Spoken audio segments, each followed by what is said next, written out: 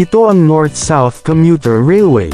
Ang North-South Commuter Railway, NSCR, ay inaasahang magsisimula ng bahagyang operasyon sa Hilaga sa December 2027, na kinabibilangan ng bahagi ng Malolos Clark International Airport. Ang NSCR ay isang 147 kilometro, 71 milya, na sistema ng tren na mag-uugnay sa New Clark City sa Capas, Tarlac hanggang Calamba, Laguna. At bago natin ituloy, kung ikaw ay bago pa lang sa aking YouTube channel ay huwag kalimutan mag-subscribe at i-click na rin ang bell icon para lagi kang updated sa mga bago kong upload video. Ito ang magiging pinakamahabang riles ng Pilipinas at magsasama ng 37 istasyon sa ilang probinsya. Ang NSCR ay magsasama ng isang airport express train na magbabawas sa oras ng paglalakbay mula Clark hanggang Makati City mula 2 hanggang 3 oras sa pamamagitan ng bus hanggang sa mas mababa sa 1 oras sa pamamagitan ng tren.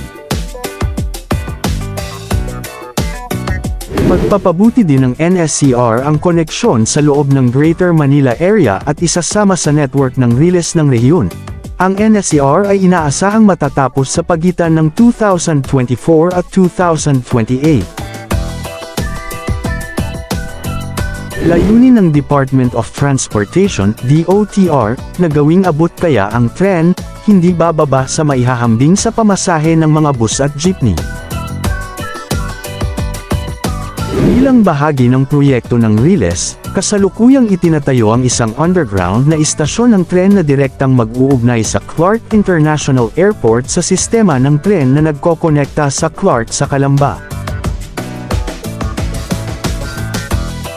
Narito ang mga pag-unlad ng construction ng mga elevated na istasyon ng tren ng North-South Commuter Railway Phase 1 na kilala rin bilang Tutuban-Malolos Railway na nag-uugnay sa Maynila sa Malolos, Bulacan. Ang unang airport railway link sa Pilipinas na matatagpuan sa Clark International Airport. Ipinakita ang mga mock-up na commuter train ng North-South Commuter Railway Project sa Clark International Airport.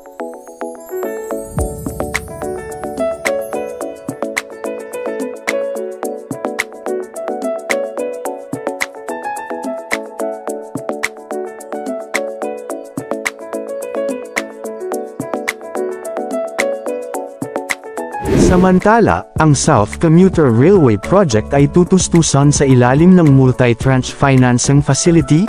Ang ADB ay tutustusan ang mga gawaing sibil para sa railway viaduct, mga istasyon, tulay, tunnel, at mga gusali ng depo. Pinupondohan ng JICA ang rolling stock at mga sistema ng riles. Susuportahan ng proyekto ang pagtatayo ng 54.6 km Blumentritt-Calamba section ng North-South Commuter Railway na nag-uugnay sa Metro Manila at Calamba, na matatagpuan sa lalawigan ng Laguna sa paligid ng 50 km sa timog ng Maynila. Ang proyekto ay magbibigay ng pinabuting koneksyon sa network ng pampublikong transportasyon sa pamamagitan ng pagkonekta sa lahat ng umiiral na mga linya ng LRT, MRT sa Metro Manila, kabilang ang isang connecting tunnel upang payagan ang pagpapatakbo ng mga direktang tren mula Calamba patungo sa mga istasyon sa hinaharap na Metro Manila subway system.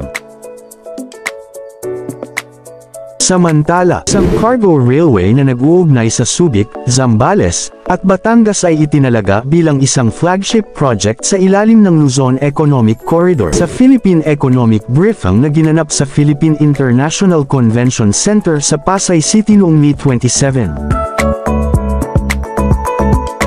Sinabi ni Special Advisor to the President for Investment and Economic Affairs Frederick Go na tinukoy ng Luzon Economic Corridor Steering Committee ang Subic-Clark-Manila-Batangas, SCMB, Railway bilang isang pangunahing proyekto sa ilalim ng Luzon Economic Corridor.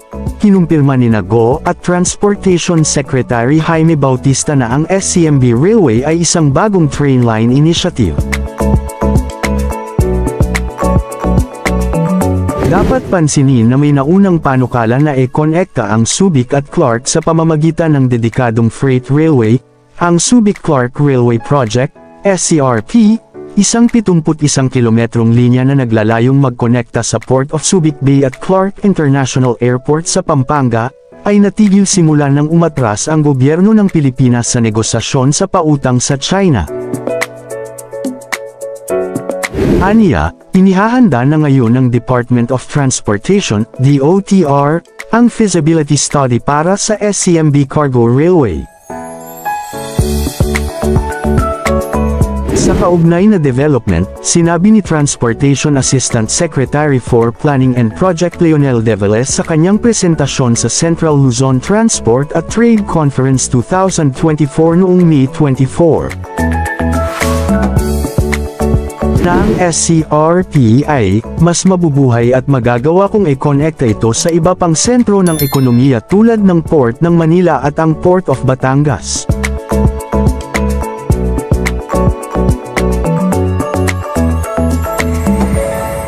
Na nag-uugnay sa lahat ng iba't ibang economic zone, naniniwala na marami pa ring sentrong pang-ekonomiya sa Calabarzon kaya ang pagkakaroon ng komprehensibong sistema ng riles na ito, na nag-uugnay sa koridor ng ekonomiya ay napakahalaga para sa bansa, sabi ni Develes sa kumperensya na inorganisa ng Port Calls at ng Philippine Multimodal Transport and Logistics. Ani Bautista, nasa proseso kami ng pagkuha ng consultant na maghahanda ng feasibility study, sana in a few weeks or a few months, masimulan na ang procurement.